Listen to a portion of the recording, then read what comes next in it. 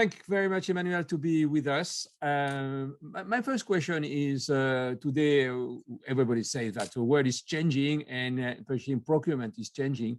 Nice to speak with you, always a pleasure. Competencies evolve in two dimensions. Okay, some that are related to our procurement activity, which is more about practices, and some that are driven by the evolution of our company's activity. Okay, and which is more market driven. From a pure procurement standpoint, a couple years ago, we have put in place a competency framework that defined what were the skills and capabilities that were needed for a mature procurement function, and I can elaborate on it. From a company's activity perspective, mainly market-driven, we are addressing the mega trends, and to summarize them in a few words, today our industry is driven by two mega trends, cloud and data, that are basically the technology drivers for our activity. And then those two technology drivers are being applied on different level playing fields, namely type of applications that leverage those core technologies. One is what we call customer first. It's all about customer relationship management. Okay.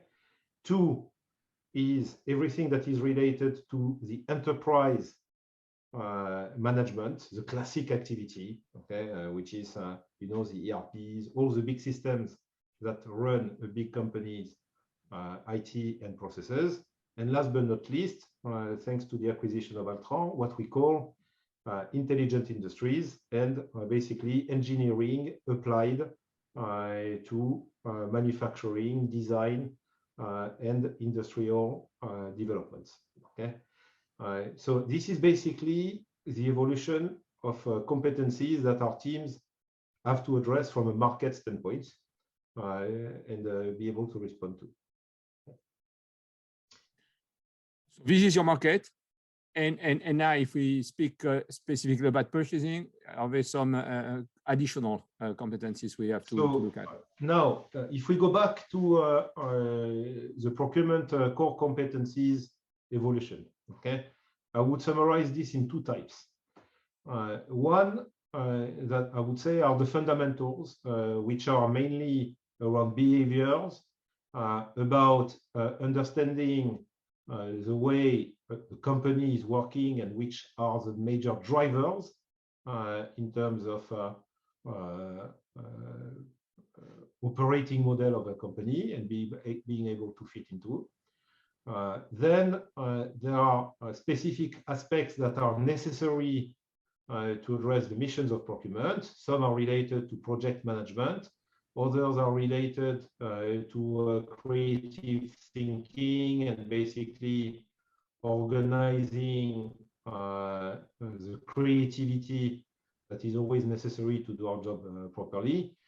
And last but not least, all the interpersonal and leadership dimension, because we all know that procurement comes after having aligned and orchestrated the entire cross-functional activities. Okay, so these are the fundamentals at say.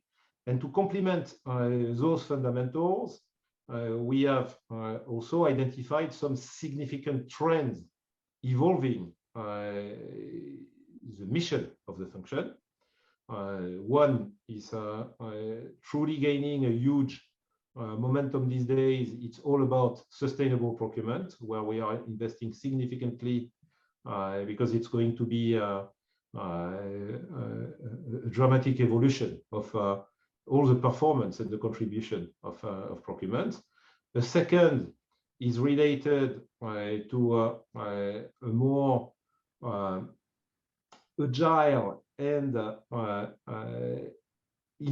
injected into the business type of procurement, which is basically reinforcing the value chain integration of procurement. And for this, teams have to work in a different way. And last but not least, there is the whole dimension of, in the past we called it risk management. I call it today more a resilient procurement, which is a mix of keep delivering value, but integrating all the risk that the last year has taught to us from the geopolitical, supply chain, technology driven type of risk, not to take into account, obviously, the compliance dimension. Okay.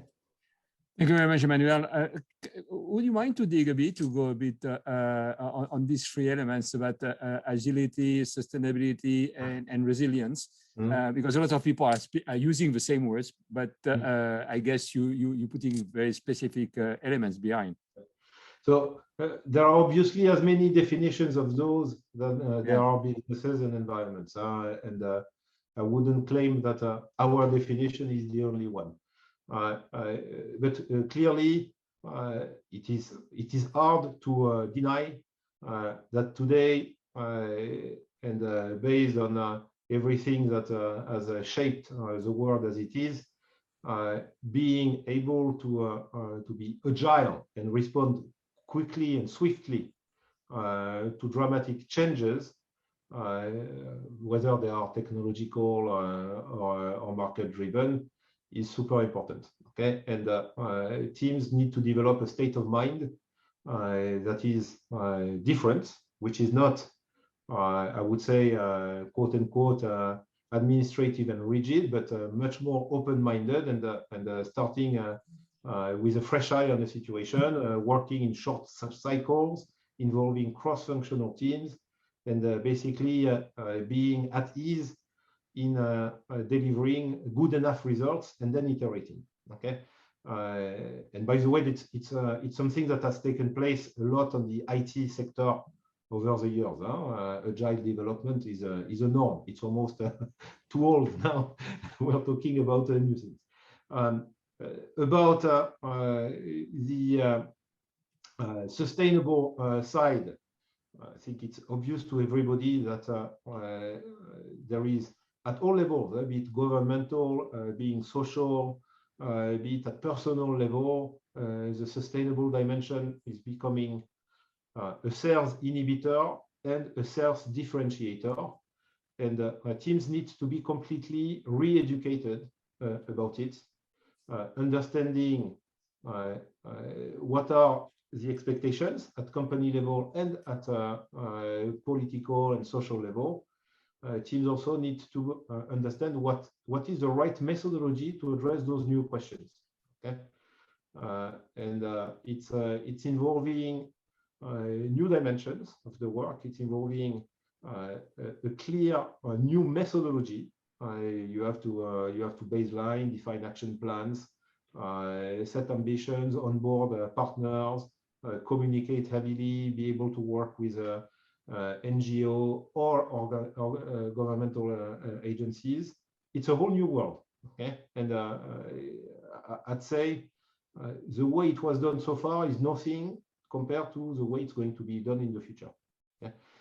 And last but not least, to make all this happen, resilience, although quickly forgotten, remains an important asset to capitalize on.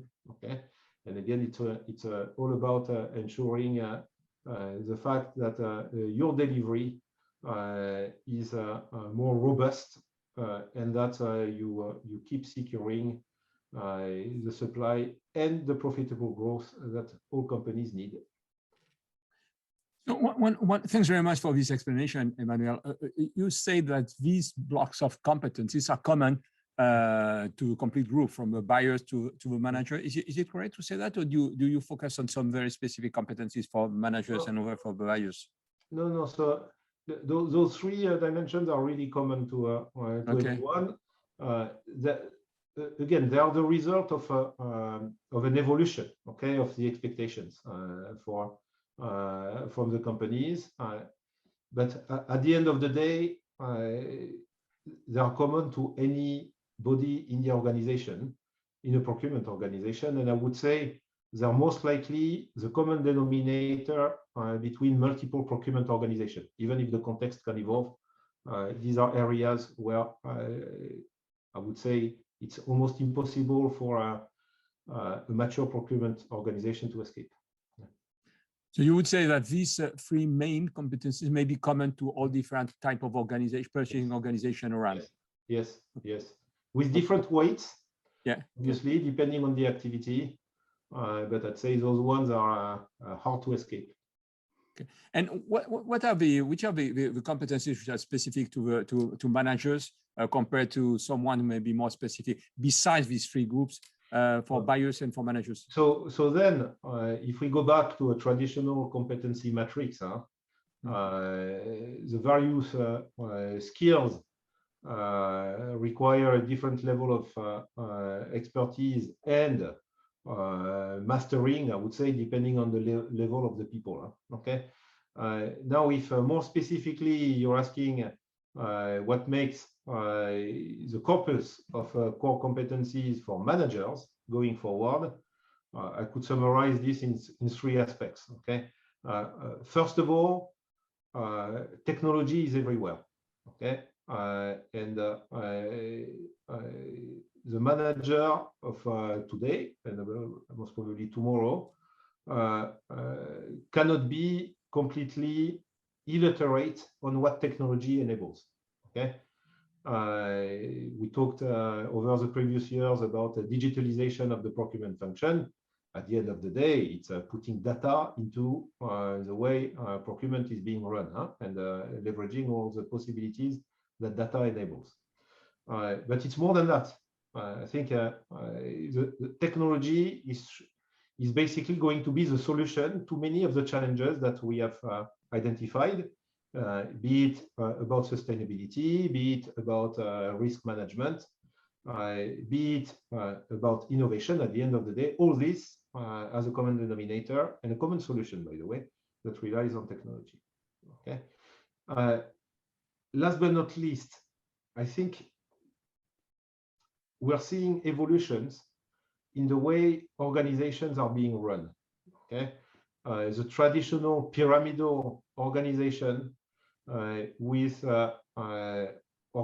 information being retained at each level is a fact of the past. Okay, and I think we need to completely re-equip our managers in the way to manage borderless organization and flat organizations, where the activity is a succession of transformation projects, I would say even programs, of teams that are aggregating and disaggregating, and all this in what I call borderless, but which is simply put, deliver from anywhere to anywhere, meaning people connected like we are today by video, and not necessarily within a few meters of distance and control from the manager. And this is a whole new set of skills, okay?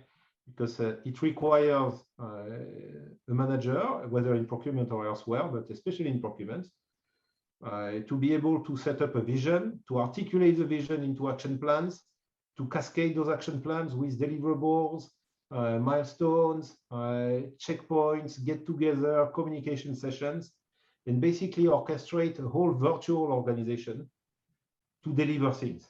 Okay, and I'm sorry to say this is absolutely not guaranteed and something that comes by chance. Okay, it requires a lot of skills, and we are re-equipping our managers to be able to work in that new environment, so to say. Thank you very much, Emmanuel, for this explanation concerning the competencies, the skills. Based on this presentation, how do you assess? Are you sure that you're going to get the people with these right skills for tomorrow? So that's a broad question. I'm not sure there is an everlasting answer. So first of all, you need to have a reference point. Okay, that's why again we built with our HR a competency model, because you need to have a reference point. And by the way, this reference point has to be explained and appropriated by the teams. This sets, I would say, a baseline. Then what is important is to provide on one side trainings and quite diversified trainings, because we can go quite far away from the traditional procurement framework. And secondly, we need to have touch points where we correlate the completion of those trainings with the evolution of the skills and the performance of the individuals. Okay, and I would say, luckily, all this is worth nothing if it's not battlefield tested. In other words, through a whole array of programs, initiatives, different transformation events, be able to test on the field how all this corpus and those people having digested this corpus behave and deliver against those ambitions. And I would say, but I'm pretty sure we're not the only one, we are lucky to be constantly stimulated with initiatives and transformational ideas that enable to put those knowledge into practice. Okay, so that's the framework: baseline, equip, and test. Okay, and when you speak about training, which is the step after. And today we've been living a great transformation with COVID and distance learning and so on and so forth. As a part of your learning system, are you using only e-learning? Are you using e-learning and tutor-led? What is the mix you bring to for the past year, for obvious reasons, all our learning has been online. Okay. Mm-hmm. From traditional, very specific learning, I would say almost a MOOC type of learning for awareness, to some specific learnings, I would say going to almost a certification level for a given capability. But this year, we are initiating for the first time for high potential elements, fully online training that lasts, by the way, more than a year, that is done by our university, and that addresses all the dimensions of leadership, again, completely remotely. Okay, I would say the content of these things also has evolved dramatically. Obviously, we are relying on the major online training platforms. I can give some names, like the Coursera of the world, which are bringing a huge array of formal trainings. We have our own university with our internal trainings, and obviously we have institutions like AIPM, where we believe there is also a great content that is beyond what you will find for everybody, or that we will find tailored for our company based on our own business. Okay, and this one, I would say, complements the procurement dimension of it, and by the way, needs to evolve because, as you know well, both the content and the way it is delivered have changed dramatically over the years. Okay. But when you speak about distance learning, you speak about e-learning, for instance, plus virtual class, or you say we can focus only on e-learning without any virtual class, without the contact with a trainer? So there can be virtual classes. Okay. Mm-hmm. What I say, it's basically it doesn't require physical presence. Okay. Okay. Obviously, then the dimensions can be one-to-one, one-to-many, and so on and so forth. But we have moved completely to online training these days, and I think it is here to stay, so to say. Yeah. Thank you very much, Emmanuel, for all these presentation, these details. To conclude, do you have any comment, any elements to or advice to our people, to all the auditors and spectators be here? It's always honoring to ask a view overall. All I would say is we are never short of new stimulations and ideas. Okay, I think reality has gone beyond the fiction, so to say, and it's not stopping. And what we call the new normal is bringing quite fascinating times. Okay, where some strong assets of the past will remain, but there is a lot of new stories to write. And the best way to make a new story is to leverage everything that has been already done. And this is where keeping informed and educated about what's best and what is being well done around is super important. Okay, there is no much room to reinvent the wheel these days, and being able to capitalize on everything that is already existing is super important. Okay. So that would be my few words of conclusion on that. Thank you very much, Emmanuel, for this presentation, this discussion, and these words of conclusion. Thanks very much.